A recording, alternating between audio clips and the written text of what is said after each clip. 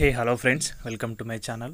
So ఈరోజు మనం ఈ వీడియోలో అయితే విద్యా దృక్పథాలకు సంబంధించి కంప్లీట్గా డీటెయిల్స్ అనేవి అండ్ అదేవిధంగా మోస్ట్ రిపీటెడ్ ఇంపార్టెంట్ క్వశ్చన్స్ మనమైతే మాట్లాడుకోబోతున్నాం. ఆల్రెడీ ఇవన్నీ కూడా ఇంతవరకు జరిగిన డిఎస్సి పరీక్షలో వచ్చిన ప్రశ్నలు కాబట్టి తప్పకుండా మీరు ఒక దగ్గర అయితే రాసి పెట్టుకోండి. లేకపోతే ఏదైనా గుర్తుపెట్టుకోవడానికి ప్రయత్నం అయితే చేయండి. తప్పకుండా ఇందులో నుంచి కూడా క్వశ్చన్స్ అయితే రావడమే జరుగుతుంది.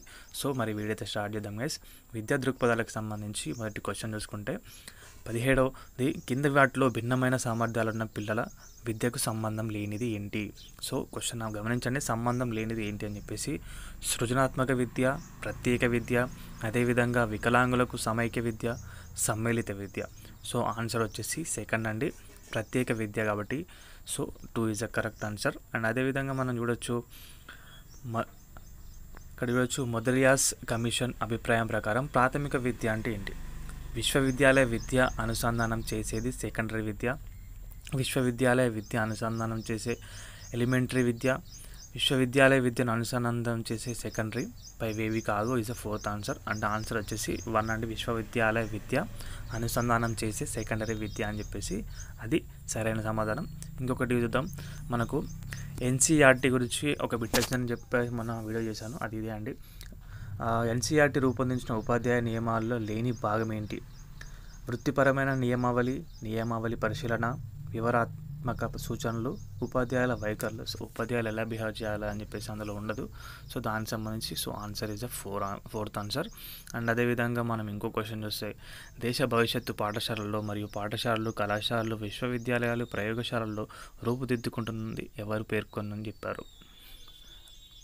సో ఇక్కడ చూసుకుంటే దీని గురించి మనం నిన్న మాట్లాడినట్టు గుర్తుంది. 1968 విద్యా విధానం, కొఠారి కమిషన్, 1986 విద్యా విధానం, మొదలియాస్ commission. So answer 2 is correct answer, Kothari commission. దేశ భవిష్యత్ అనేది పాఠశాలలో, కళాశాలలో, విశ్వవిద్యాలయం ఉందని చెప్పేసి వాళ్ళైతే పేర్కొన్నారు. ఇంకోటి మనం చూసుకుంటే విద్యా హక్కు చట్టం 2009 ప్రకారం. సో చట్టాలు చూసుకోండి విద్యా హక్కు చట్టం గురించి. 1 నుంచి 5వ తరగతి వారి బోధనా గంటలు ఎన్ని? ఇది ఫస్ట్ నుంచి వస్తుందని క్వశ్చన్. సో తప్పకుండా గుర్తుపెట్టుకోండి, 1 నుంచి 5వ తరగతి వరకు వారికి 800 గంటలు, అదేవిధంగా 5 నుంచి 10వ తరగతి వరకు వారికి 1000 గంటలు అయితే బోధనా సమయం అయితే ఉంటుంది.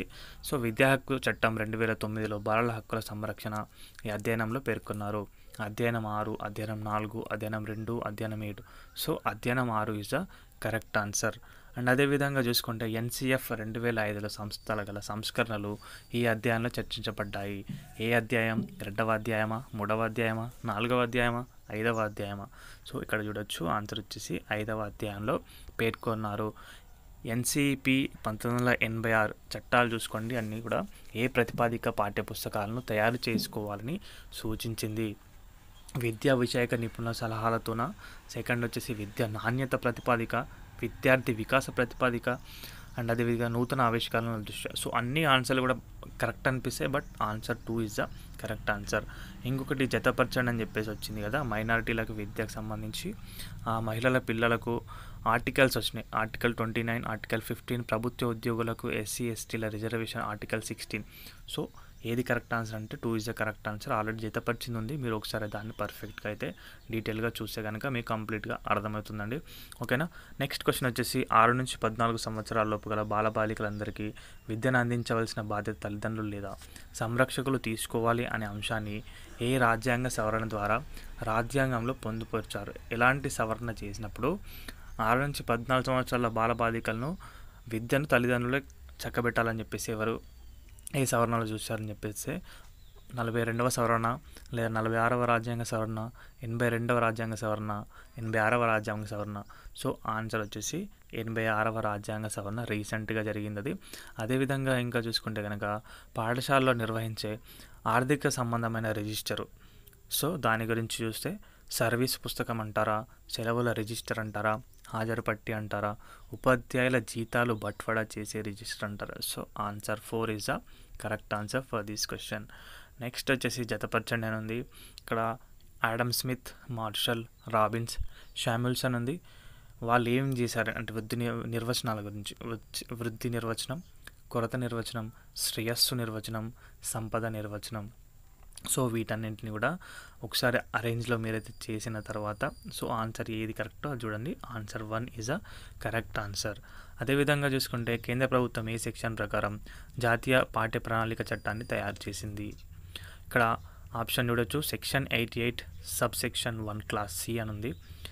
సెక్షన్ 29 అకాడమిక్ అథారిటీ ఉంది. సెక్షన్ 4 ప్రత్యేక శిక్షణ. సెక్షన్ 18. So 2 is the correct answer. Section 29 academic authority ప్రకారం కేంద్ర ప్రభుత్వం జాతీయ పాఠ్య ప్రణాళికనైతే రూపొందించింది. అదేవిధంగా చూడొచ్చు. ఈ కింది వానిలో విశ్వవిద్యాలయ విద్యా కమిషన్ సిఫారసులో సరైన వాటిని గుర్తించండి అని చెప్పేసి ఆన్సర్ ఏ.